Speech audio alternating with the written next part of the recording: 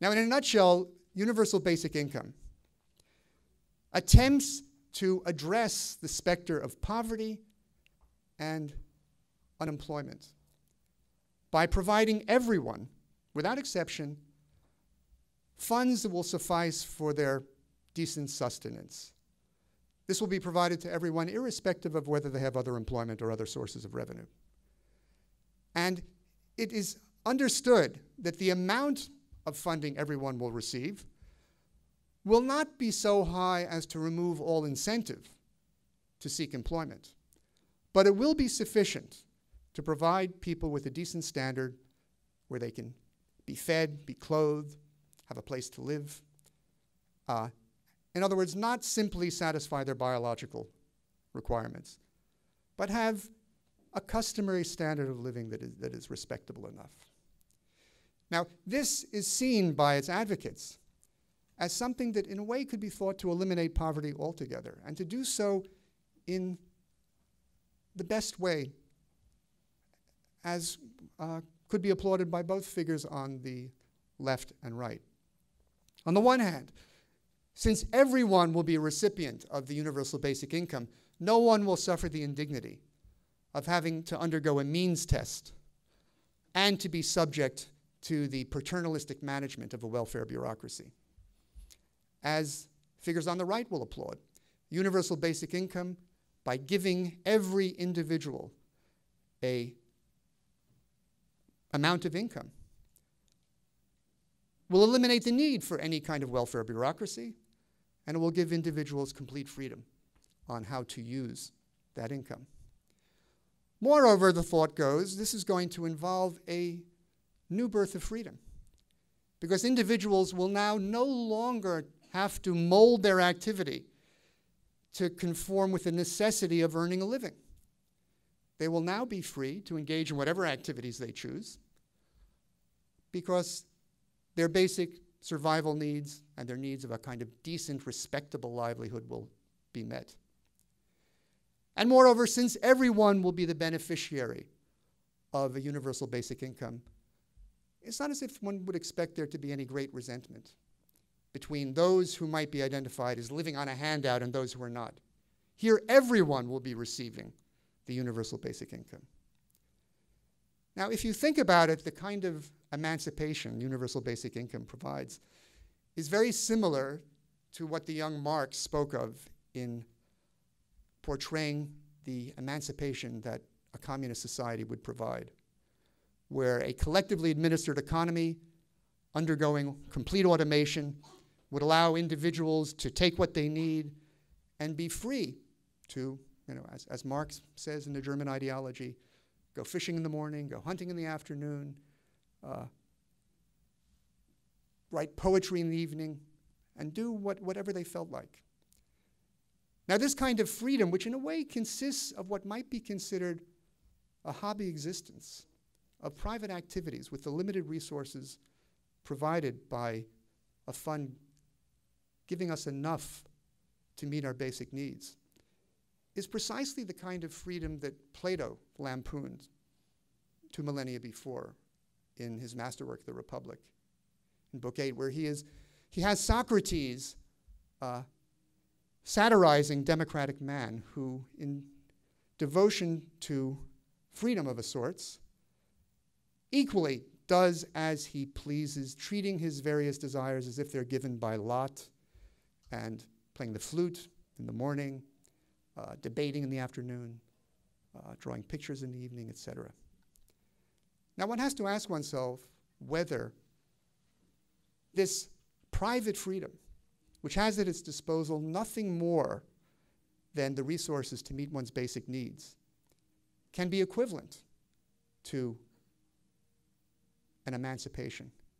And also to ask whether it really is equivalent to an elimination of poverty, or whether instead it involves, in a way, a division of society into two groups: those who live only on the dole and those who, in addition to living on the dole, also earn a living.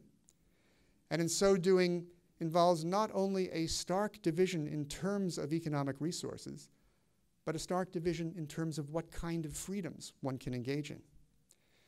Now, an indication of this limitation is anticipated by a social experiment that took place several centuries ago in England, where in 1795, in a locality of Berkshire, at a tavern in Speenham Land, the elders adopted a policy known as the Speenham Law, whereby in face of the growing dislocation of the rural population with the onslaught of the Industrial Revolution, it was decided that one would give to everyone, every rural resident, an allowance that would be tied to the price of bread. And this was understood to be something that would involve recognition of the right to live and would provide people with what they needed to sustain themselves. Now, this law became adopted throughout much of the British countryside, and it was greeted with great acclaim and support. But it turned out that it ushered in a social catastrophe. And not long after, in the Reform Bill of 1832, it was rescinded. Now, there are three effects of this law that I think have bearing upon any adoption of universal basic income. First of all, it was observed that there was a significant degradation of the rural population, that those who were living on the dole ended up succumbing to what might be considered the situation where idleness becomes a playground of the devil. In addition, labor productivity declined because most individuals felt that since they could fall back on their allowance, they didn't really have to extend themselves all that much at work. And then thirdly, employers recognized that since everyone was going to be receiving a public subsidy that would meet their basic needs, there was no need to maintain current wage levels.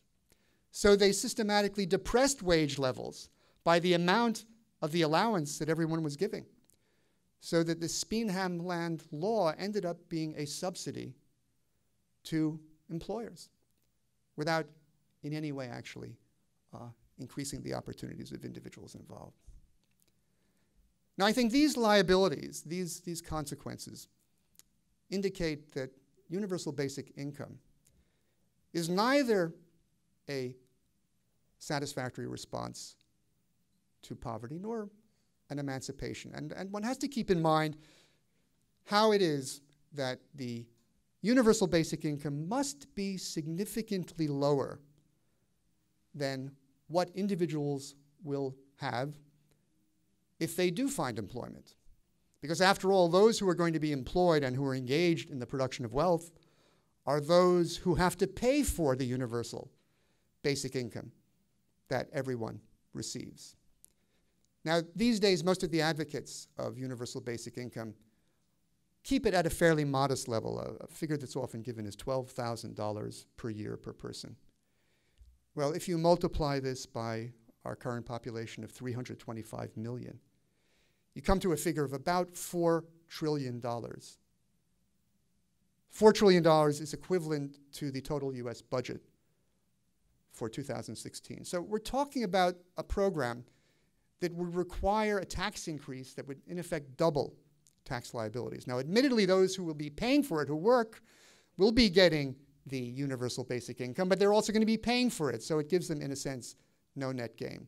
They find themselves, in other words, supporting those who are on the dole at the same time as they're enjoying a significantly greater economic livelihood, and they are also able to exercise the social freedom of earning a living with all the self-respect and service to others that involves. And I think this indicates that a different solution is called for, and the other solution that is much less discussed is what could be called guaranteed income at a living wage. And this can be looked upon as something that recognizes and enforces the true right to work, not the phony right to work that all the former slave states have adopted, which basically bars closed shops and makes it difficult for unions to collect dues from all the workers at a workplace. No, the true right to work is the right that ensures that all able and willing adults will have employment at a living wage.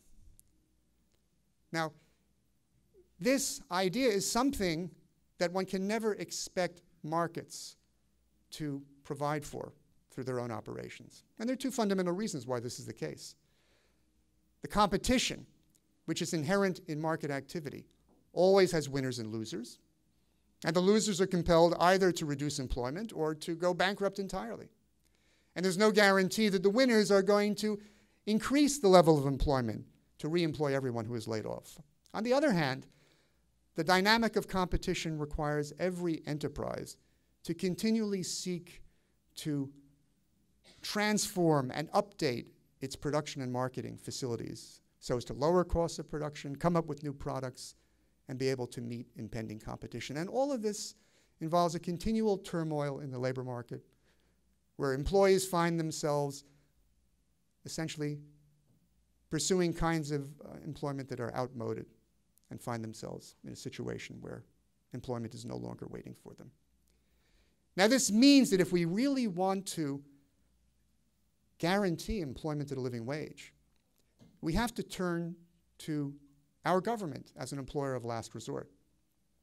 Now, as Hegel pointed out in the 1830s, if government were to provide employment that in any way competed with private employment and produced the same kinds of goods and services, this would only exacerbate the problem. Because the problem might be thought of as simply a matter of overproduction. Too much is being produced, there isn't enough demand, and therefore people are having to be laid off.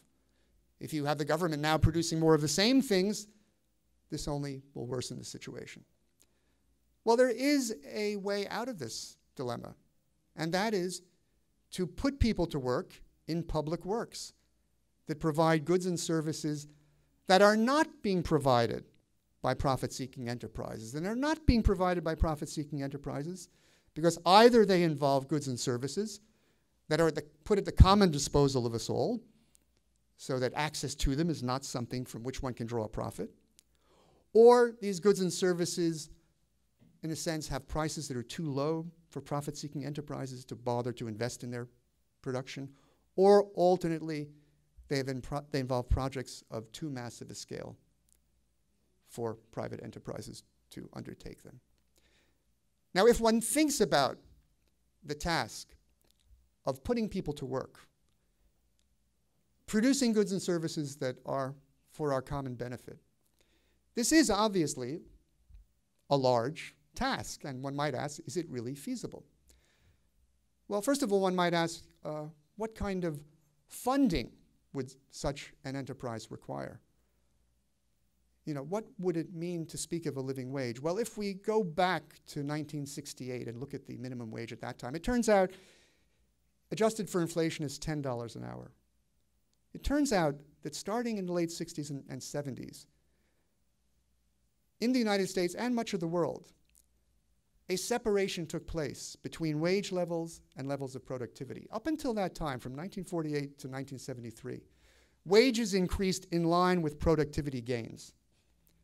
And that was a primary source for the rise in general standards of living. But since 1973, wages have stagnated, whereas productivity has more than doubled. And that not only puts people who are employees in much dire straits, much more insecure straits in terms of being able to support themselves and their family, but it also is a source of economic stagnation. Because what it means is that the share of wealth that goes to employees becomes smaller and smaller. But it turns out that the resulting growth in inequality in wealth involves a much higher amount of our wealth being in the hands of individuals who can't spend it because it's just too much. Whereas those on the lower end are in a position where they are going to spend most of what they earn. So what this means is we have a recipe for a stagnating economy, which we've seen. Growth rates have declined as inequality has grown. So that if one were to tie wages to productivity gains, this would stop the decline in the amount of wealth going towards disposable income. It would increase the amount of national wealth that is going back into the economy. And in this way, if we were to peg the living wage that would be guaranteed to all, we'd be speaking of something that not only would provide a remedy to poverty, but a remedy to economic stagnation. Now, if one were to take into account productivity gains, which have more than doubled since 1970, this would mean that we can think realistically of a minimum wage to be paid to those who will benefit of guaranteed employment of about $20 an hour. That would be an annual income of $41,600. The national income is $18 trillion. Per capita, that comes to over $50,000 per individual. The workforce is less than half of the population. So that means if one were to average a national income over those who are actually employable, we're talking about an amount that goes over $100,000 per breadwinner. So there's plenty of room to raise the floor to a reasonable standard of something like $20 an hour. So let's say we peg the living wage to be provided publicly to those who can now be sure of having a job in public works at $20 an hour. Well, the cost of employing about 10% of the workforce, which is what is more or less the people in need of full-time employment, even in the most severe recessions, we're talking about 16 million people. If you multiply 16 million people by $41,600, you come to about $666 billion. Now, obviously, there's an overhead required to put them to work. And as I'll explain in a moment, we have reason to think that that overhead would be about a third of what is paid to the individuals who would benefit from guaranteed employment. So we're talking about somebody who would come under $1 trillion. That's a quarter of the expense of guaranteed, of universal basic income. And if we ask ourselves, how could it be funded? Well, there's a simple, fair, and economically encouraging way to do that, which is to make use of a highly graduated wealth tax, which would draw the funding from the world's greatest accumulation of wealth in human history, the $90 trillion that are in private hands in the United States. And as I mentioned, it's extremely unequally owned. Now imagine the transformative situation we would have. Imagine if all young people coming of age know with certainty that they have a job serving the public good awaiting them at a living wage. Imagine how you would feel as someone who is earning a living, knowing that you will not have to worry about layoffs or about reductions in your work time, because again, there is always full-time employment awaiting you at a living wage that serves the common good. Imagine if you were a soldier coming back from service and knowing that instead of facing potential joblessness and homelessness, you have guaranteed employment at a living wage serving the common good. And imagine if every convict coming out of prison knows that they have a legal way of earning a living serving the public at a living wage. You can see the tremendous impact this will have on the economic independence and security of individuals. Now again, one might ask, can this really be organized? Are there sufficient things to be done? Are we talking about just feather bedding and make work? Well, I think we can think back to an experiment very close to home that took place in 1935 when, at the height of the Great Depression, the greatest economic catastrophe in American history, Franklin Delano Roosevelt led the formation of the WPA, the Works Progress Administration, and the CCC, the Civilian Conservation Corps, which put more than 8 million people to work, producing some of the greatest public works that we continue to engage in today. And these public works were not only vast clean energy projects, electrification projects, buildings of tens of thousands of public buildings, parks, and facilities, but also artistic productions that were made available to the population. And that still adorn all sorts of public buildings and still adorn our history of literature and drama and so forth.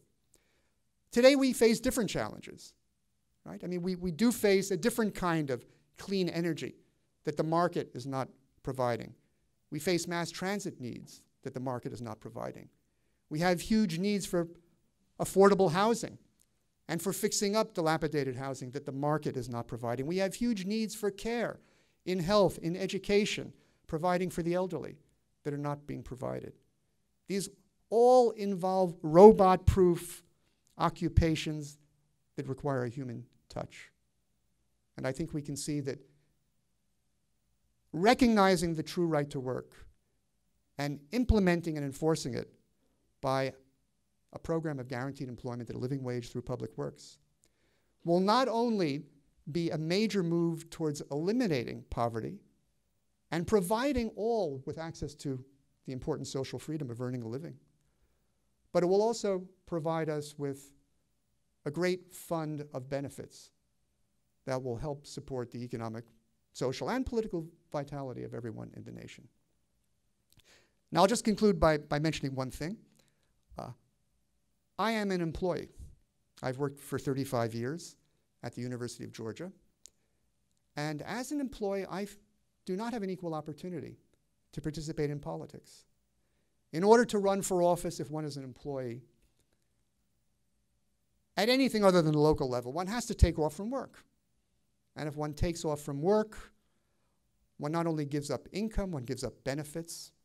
And in most cases, one can hardly expect one's employer to hold one's job for one. I'm in a somewhat more privileged situation since I am employed at the university, writing and teaching philosophy for the last 35 years. And I can go on unpaid leave for 1 year, and that is to say, return to my job. Given this situation, I am seriously considering running for Congress in 2018, but I can't officially do it until the beginning of 2018. But I can say this, that one of the basic planks of the program on which I will run will be guaranteed income. No, I'm sorry, guaranteed employment at a living wage as part of a new social bill of rights that I think we need. So stay tuned. I hope you will hear more of the other sides of this endeavor. So thank you for your time. And I hope you have questions you'd like to ask. Yes? Yeah. Well, I think we have to recognize that in some respect a separate concern is how we can make work and family complement each other without competing, so that one's family's responsibilities cannot be paid heed to if one attempts to earn a living. You know, we have to ensure that the conditions of employment are such that family welfare is taken care of. And I think there are two sides to that. One side of it involves that employers be required to give paid 1-month family vacations, that they be required to give paid emergency family leave, that they be required to give paid 9-month parental leave. But on the other side of it, I think we have to recognize that we have to guarantee free public child care and elder care. Now that is separate from enforcement of the right to work. But it is something that provides an avenue for employment, clearly, that would not only absorb some of the people who are running private daycare centers, potentially, but also many who are seeking employment. And this, of course, is one of the major fields of employment that is robot-proof, that does require and should require a human touch. So I think it is one important place where the conditions of guaranteed employment would be such that individuals, be they male or female, who have family responsibilities, would be able to take up that option without having to worry that their children or their elders who need care are not being provided for.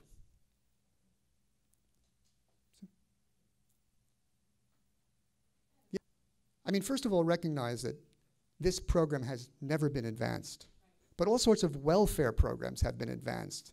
And those welfare programs are looked upon by many as being a matter of giving handouts to them, to discriminated groups that the other more privileged groups, or may think of themselves as privileged, have disdain for.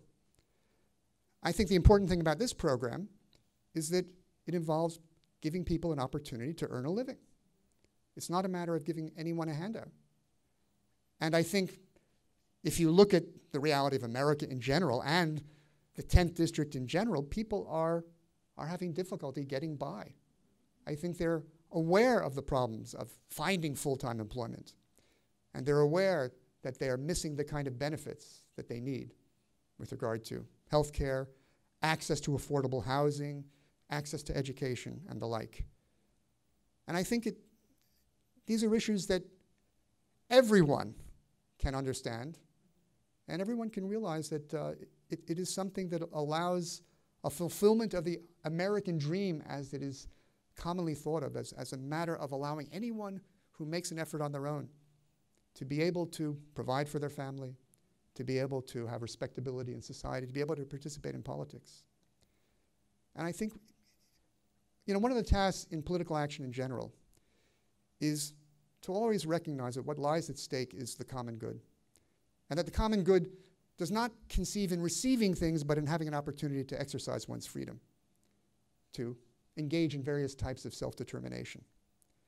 And if one recognizes that that is what is at stake in politics, so that politics does not degenerate into a conflict of particular interests, where different groups are competing to lord over one another. If one instead recognizes that we're always concerned with a program for how the rights of all can be best realized, then one can put forward programs that are going to always be for the benefit of all, which means, for example, when we think about such things as the provision of health care, the provision of child care, the provision of elder care, the provision of access to education, it should never be provided by programs that have mean tests, which involve a kind of demeaning distinction between haves and have-nots and those who are going to be given things as opposed to those who are not. We should rather follow the lead of what we did as a nation in the 19th century in thinking about public education, where we set up free public education. We did not have means tests and have the poor have free access to publication and have everyone else pay for it. We should take the same approach to healthcare. So for example, we could have a Medicare for all with no co-pays, no deductibles, no payment for any prescription medicines, covering all medical, psychological, mental, dental care, and have it all paid for by highly graduated income and wealth taxes. And the same approach to the provision of legal services. We can have a legal care system where no one pays anything to the lawyers covering their civil or criminal cases. But it is all paid for in the fairest way through highly graduated wealth taxes. And I think if one puts forward programs in this way, no one can say that they are getting a handout that I am not getting. Here we're talking about opportunities, about the possibility of exercising freedom. So I think it's possible to speak about the real solutions and get through to everyone in the 10th District. In any event, that's what I think we need to do, there and everywhere. Of course, the United States did it probably on a more comprehensive scale than elsewhere, but it was done as an emergency measure. Whereas I think we have to think of it as a permanent fixture of a free society. India, by the way, has implemented something of this sort, which covers 50 million people each year. And what it is, it's, I forget the acronym for it, but it's a program that provides every rural family with guaranteed employment for 100 days during the year. And that's directed to the kind of seasonal lack of employment that takes place in agriculture there. So it's somewhat different, but it's an effort along those lines. I think most countries make the mistake of putting people on the dole, that is giving people unemployment insurance, and extend that for many years. And I think that that does not give people a new birth of freedom. I think it is something where they feel degraded. They feel they're suffering a kind of premature retirement from which they can never escape. And that is not something equivalent to being able to exercise their own autonomy. Was that so in Walton?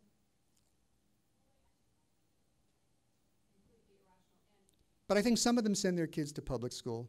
Some of them are willing to accept Medicare and Social Security.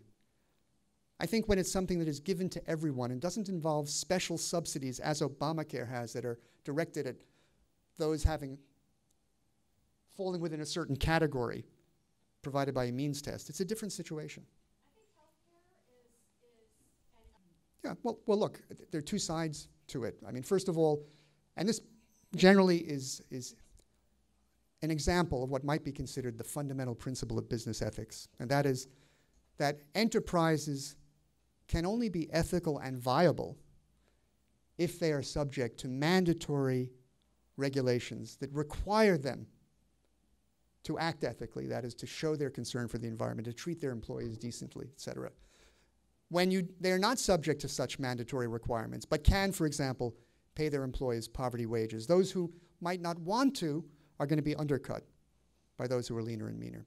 So if we make this a general requirement, it will not be to the competitive disadvantage of any employer to meet this. So they have three options. On the one hand, they could maintain things as they are and simply take a smaller share of the revenues. After all, they've been taking a greater share while productivity has increased without increasing wages for, well, almost 45 years. That's one option. Another option is they can become more efficient. And in that respect, increase revenues as a whole, despite giving their employees more. Or alternately, they could raise prices if they want, without changing productivity, to maintain their profit shares. But I think one has to recognize that in no enterprise do labor costs amount to 100% of the costs. The more efficient an enterprise is, the smaller share labor costs play in the cost of doing business. And it's not as if every employer pays minimum wages. Although admittedly, you know, in I think 1960, the three largest employers in the United States were AT&T, General Motors, and Ford Motor Company, all unionized, all paying wages that had remained in lockstep with productivity gains. Today, the three largest employers are Walmart, the fast food conglomerate that has Kentucky Fried Chicken, pizza brand, I think it's Yum Yum or something foods, and then McDonald's, all of whom are paying, I think one could say, poverty wages. They would indeed they would be ones where paying a living wage would increase some of their costs, but I think you realize that even in these enterprises that are the prime employers of low-wage workers, that the wages are a small part of their overhead. They can handle it. And they will have the advantage of dealing with a market in which consumers have significantly more buying power. And this will provide insurance from downturns. Instead of facing huge downturns in demand caused by mass unemployment in recessions or depressions, we here will have a much steadier rate of consumer demand, because never will there be these huge swings in levels of employment. So in a way, it's a win-win situation. Okay, well, thank you.